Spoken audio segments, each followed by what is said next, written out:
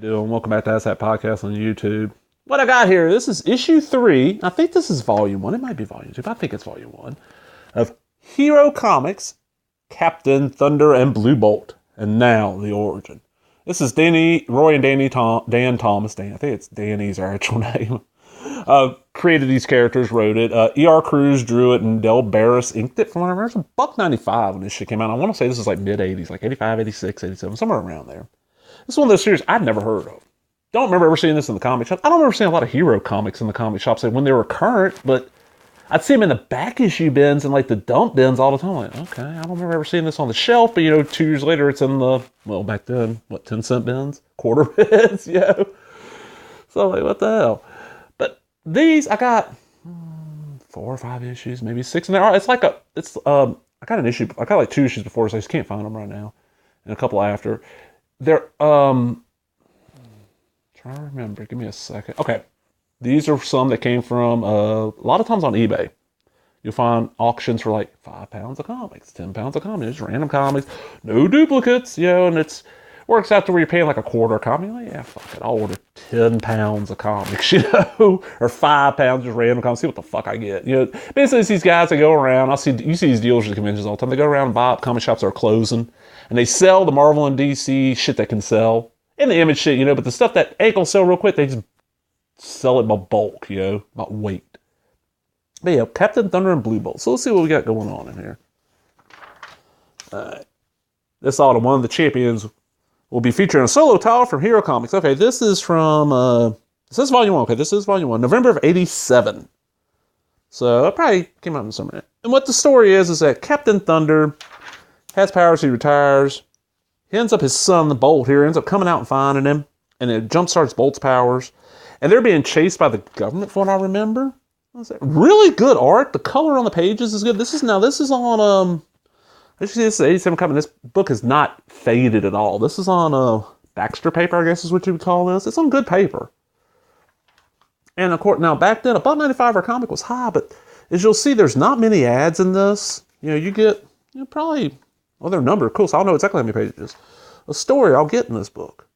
And Captain Thunder and Blue Bolt, they could fly, they could shoot electricity. I think they might be a little bit faster than normal, maybe, slightly above human peak strength. He wears like a yellow and that looks red to me. It might be orange. I'm partially colorblind, so, and Blue Bolt, of course, where's blue? Have I done? I think I've done. Okay, I have a Blue Bolt comic. If I've not done that, I need it. Blue Bolt, the old Golden Age hero. Yes, I actually do have some old comics. I just gotta find them. Decent art. I don't know who E.R. Cruz is. There's a good picture of Blue Bolt in his outfit. And they're just kind of on the run. And I like this. They're Night, the Iguana Boys. And that's who they fight in the next issue, is the fucking Iguana Boys. And then we got, 2 pages of letters. Or is it 3? That's 2. Then we get some ads here. And that's always, you said that. There's no ads in the actual book. So how many pages do we end up getting of actual story for $2.87? 25 pages. Damn. 87. Give me a second. Marvel was giving you 20 to 22, and DC was about the same for 87 would have been 60, 55 or 65 cents, maybe 75 cents by then. And not on paper nearly this good. So that's actually not a bad deal. I mean, they're charging you double, but you're getting quite a few more pages. You ain't getting near as many ads. And the paper's a lot better. So, I could see it now when I was a kid. I'm like, fuck that, I ain't paying $2. I can get almost 3 comics for that. Alright, here we got it. Now on sale, Eternity Smith. This is one of those series I remember hearing, like, people talk about it back in the day. I've never read it. I'd love to get some issues. It's probably the biggest thing I know of from Hero. This is number 4. It's by Dennis Maloney and Rick Hoberg. Hoberg! Is that what you call Goldberg's side piece? Inks by Aaron McKellen. Antarctica has not always been a frozen wasteland, and there are horrors hidden in the earth far older than mankind itself. It's danger in the heart of Antarctica as Eternity Smith and Skylark travel to the South Polar regions to seek an answer to a mystery that predates the coming of man, plus a Nightshade solo story. Okay, that's kind of neat. The Champions. Number 5. And this is based on comics #1 role-playing characters. It's based on the role-playing game. I played Champions a long time ago. I like this. Comics Interview Southern Knights number 24. Excuse me. Number one super team. Super team is out there. Based in Atlanta. It was kind of like the Southern Avengers. And I remember it getting hyped at one of the comic shops I went to fairly regularly just because it was a team based in the South. But I don't remember hardly anybody reading it. And it's another one of those where I have scans of a lot of comics. A lot of independent shit from the 80s and 90s that I just don't see anywhere anymore. And I want to read a few issues, see if I enjoy enough to go out and buy it. I'll be honest, that's what I use scans for a lot of the time. Do I like this enough to actually go out and buy it? And a lot of times it turns out to be yes. And yeah, I did. Well, and for the accessibility, like I have Preacher, complete run. I have it in issue form. I have it in trade paperback still, I think. I might have gotten rid of a couple of those. I have it in hardcover. And then I downloaded the scans because if I'm traveling, I want to read Preacher. It's a lot easier to just put the scans on my tablet and read them that way instead. And I've already bought the motherfuckers 3 times. It's like, come on now. I know it's illegal, but come on now. All right, next issue. Captain Thunder and Blue Bolt, issue 4. Night of the Iguana Boys. The new age of heroes begins. Reserve your copy of Captain Thunder 4 today. Be a Hero Comics subscriber. Okay. Back issue department. Believe it or not, blah, blah, blah, blah, blah, blah. Oh, Renegade Press did. Oh, Renegade Press is doing Eternity Smith. And Eclipse was doing Champions at one time. That's kind of neat. And then we got the back. Reading is your ticket to adventure.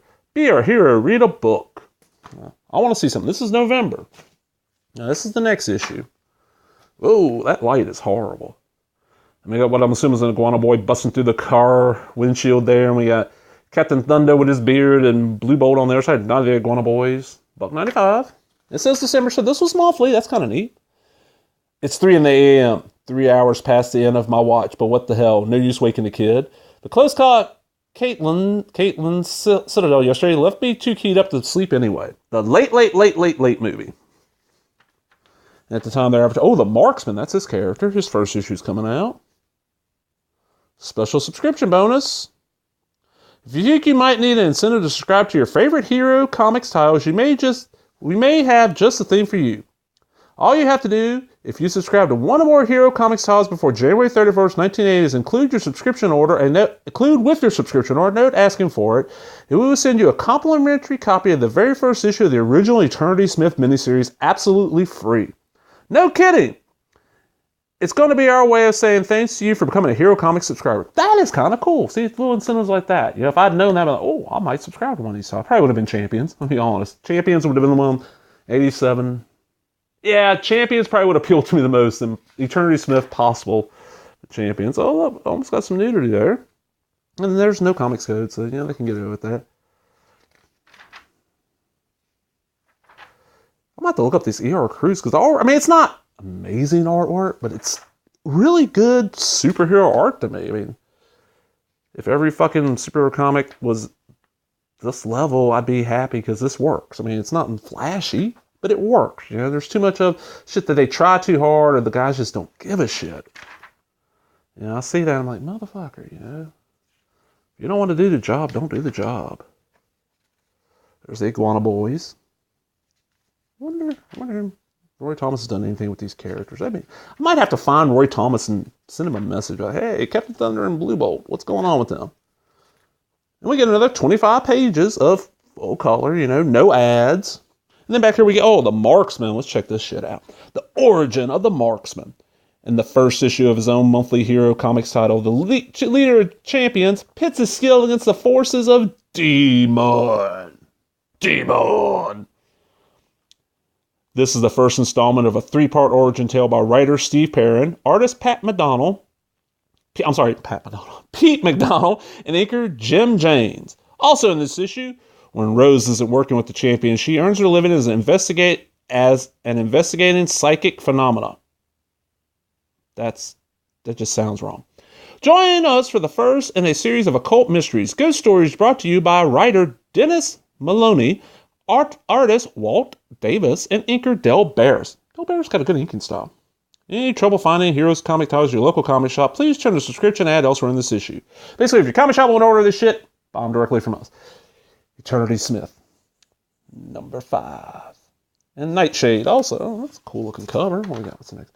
Bolts of Thunder. That's kind of neat. Their little, one-page letter column. I don't recognize any of the names. Be a Hero Comics subscriber. You can subscribe to any of the following titles for $18. Is that a full year? 12 monthly issues of Eternity Smith, Captain Thunder, Champions, or The Marksman. $18. That's not horrible. I mean, it ran you $24 buying at the shop, so you save a few bucks. Plus, you ain't got to go to the shop. Announcing Eternity Smith, the Deluxe Library Edition. Hero Comics will be collecting actual copies of the first 6 issues of Eternity Smith, including the hard-to-find 5th issue. Is that true? Yeah, 5th issue of the Renegade Press, of the miniseries published by Renegade Press, and binding them in a hardcover deluxe library edition. This edition will be limited to a set of 550 volumes, numbered and signed by Eternity Smith co-creators Rick Hoberg and Dennis Maloney. This is a deluxe edition of the 6 issues that comprise the first complete Eternity Smith adventure.